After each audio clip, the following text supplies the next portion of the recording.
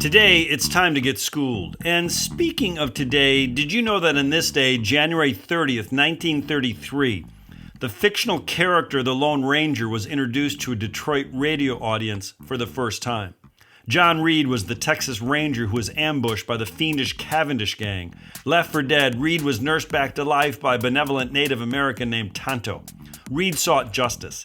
To conceal his identity, John Reed began to wear a mask. He became the Lone Ranger. Tonto became his sidekick. Oh, and Silver was the Lone Ranger's horse. In all, there would be 2,956 radio episodes. Within a few years, millions of Americans across the country were listening to the Lone Ranger. The radio show inspired books, movies, and television adaptations.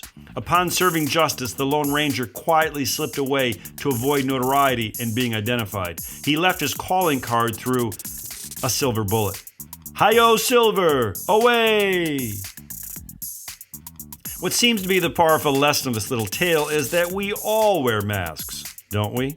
Masking is when individuals camouflage their natural personality and or behavior to conform to social pressures, abuses, or harassment.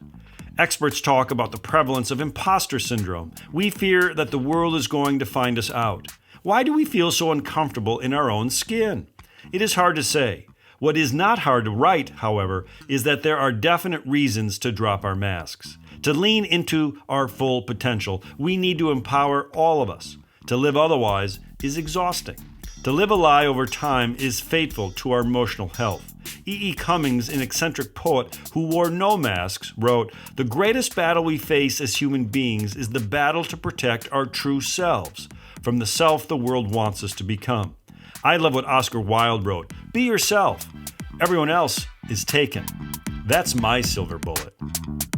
Psst, it's Prologue with Mr. Review. It's a podcast that is actively digging tons of earth to find an ounce of gold, striving for a more perfect union.